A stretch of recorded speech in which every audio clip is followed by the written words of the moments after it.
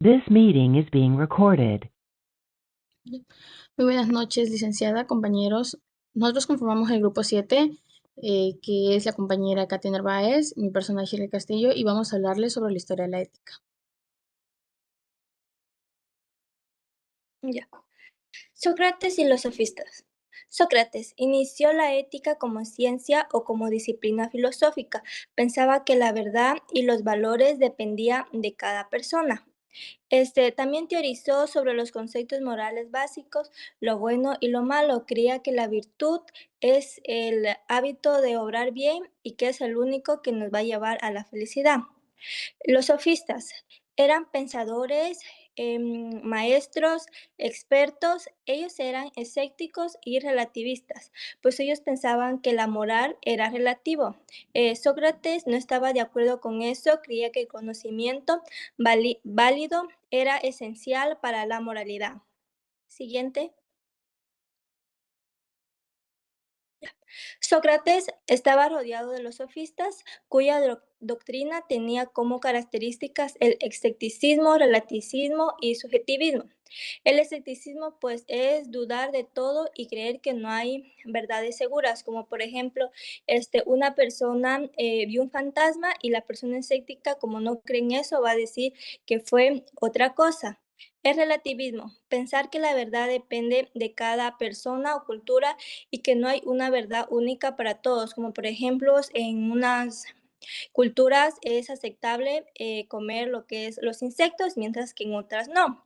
El subjetivismo, creer que todo depende de la opinión de cada uno y que no hay una realidad objetiva, como por ejemplo a una persona le puede gustar una comida y cree que esa es la mejor, mientras que para la otra persona no puede gustarle esa comida. Siguiente. Protágoras.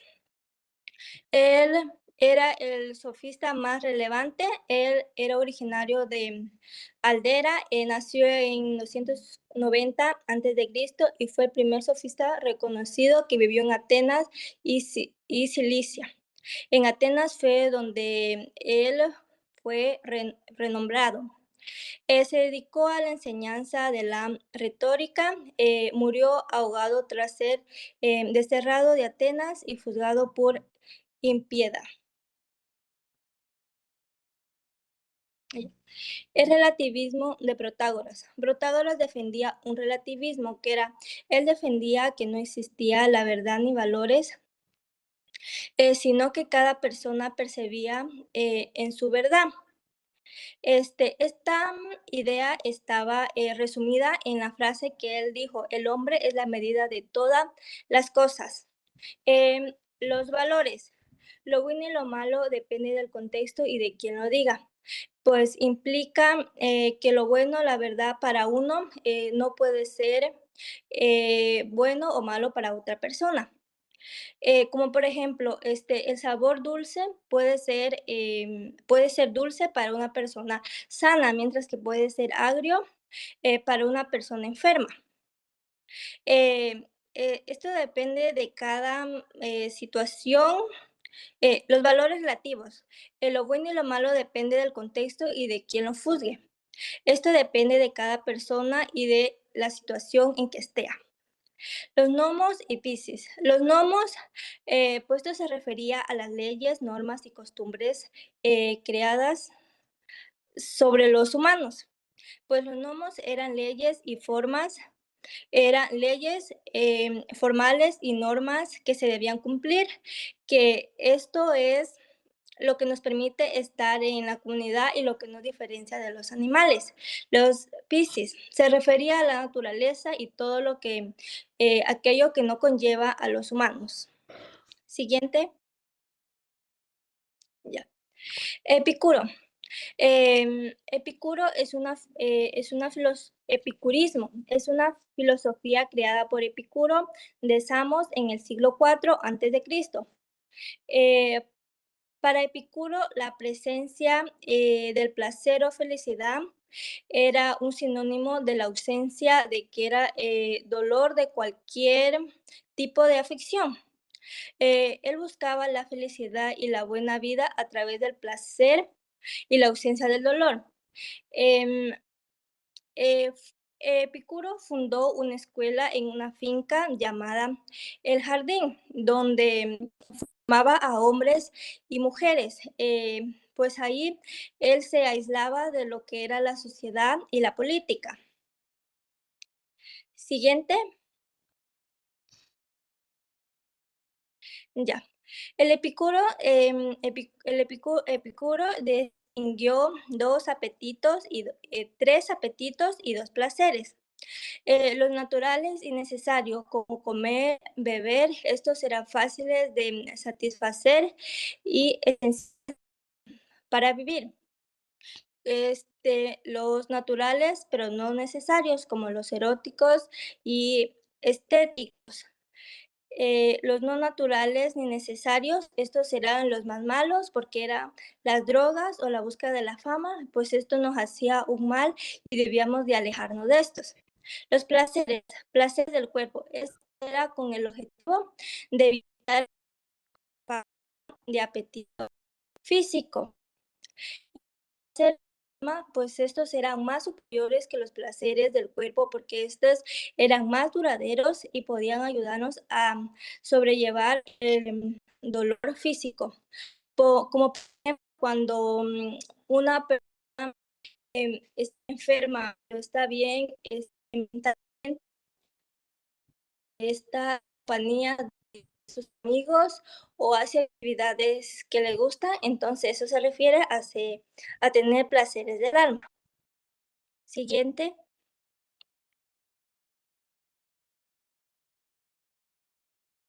Ya. El epicureísmo destaca tres partes, que la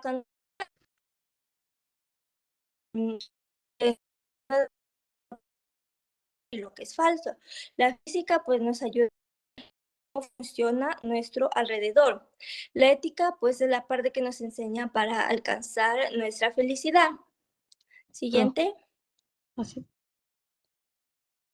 Platón. Para Platón, nosotros no solo vivimos para comer y tener cosas, sino que también tenemos que desarrollar nuestra personalidad por completo. Pues la felicidad, según Platón, era que cuando nuestra vida está en armonía y estas partes del alma trabajan juntas. Siguiente.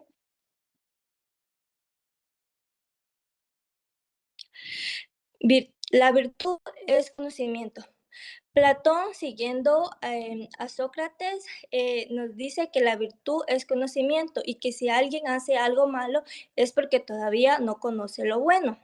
En las virtudes, Platón, cuatro virtudes principales: la sabiduría, el coraje, la templanza y la justicia. La sabiduría es pues prácticamente la parte racional del alma. El coraje es la fortaleza de ánimo, la templanza es la moderación y la justicia es que cada parte del alma haga su función. Así pues, creando armonía. Yo les voy a hablar sobre la ética aristotélica. Nos menciona que Aristóteles sostiene que toda acción humana busca un bien y el fin último es la felicidad. También nos menciona que la virtud es un hábito que se encuentra en un término medio entre dos extremos. En sí, Aristóteles nos propone que el fin de la vida humana es alcanzar la felicidad, o como también era denominada como eudaimonia, que significaba la vida, buena vida o vida plena, que ésta se lograba viviendo conforme a la virtud, lo que nos mencionaba. También Aristóteles nos mencionaba dos tipos de virtudes, que eran las virtudes éticas y las virtudes dianoéticas. Aristóteles habla de estos dos tipos de virtudes, de la ética que eran las que regulaban nuestras emociones y también los hábitos para el actuar bien, y las virtudes intelectuales, que estas estaban relacionadas con la razón y con el conocimiento.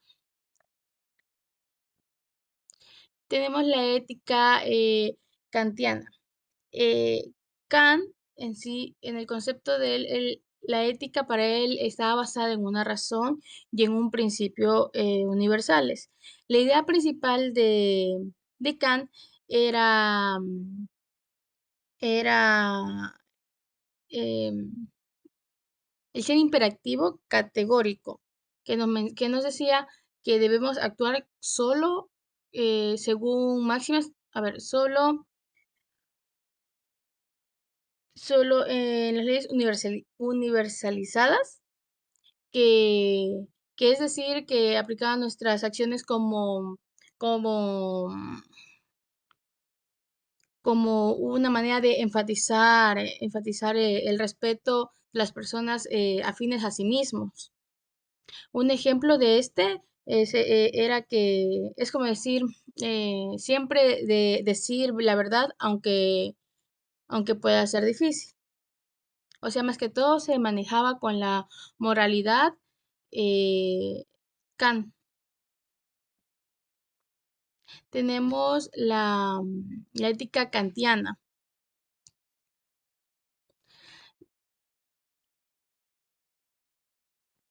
Perdón, aquí hubo un pequeño error. Era ética Nietzsche,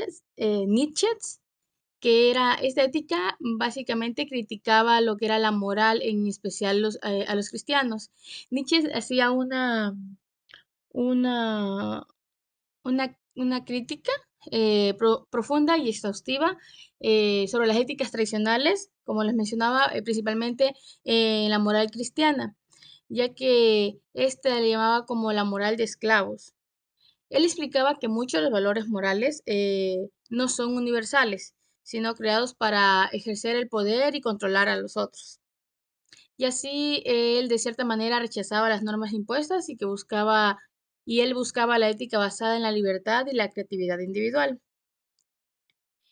En, Eso sería todo, pero en conclusión teníamos que al menos estos tres últimos filósofos, por decirlo de cierta manera, nos invitaba, por ejemplo, Aristóteles nos invitaba a vivir una vida virtuosa para ser felices. En cambio, Kant nos obligaba a seguir unas leyes morales, pero morales racionales y universales. Y Nietzsche nos desafiaba a cuestionar los valores y y crearlos desde, desde nuestra propia voluntad o lo que nosotros o lo que nosotros creamos, pero de nuestro propio punto de vista, nuestro propio punto de opinión. O sea, cada uno de ellos tenía una manera distinta de ver la ética a lo que es el día de hoy. Gracias.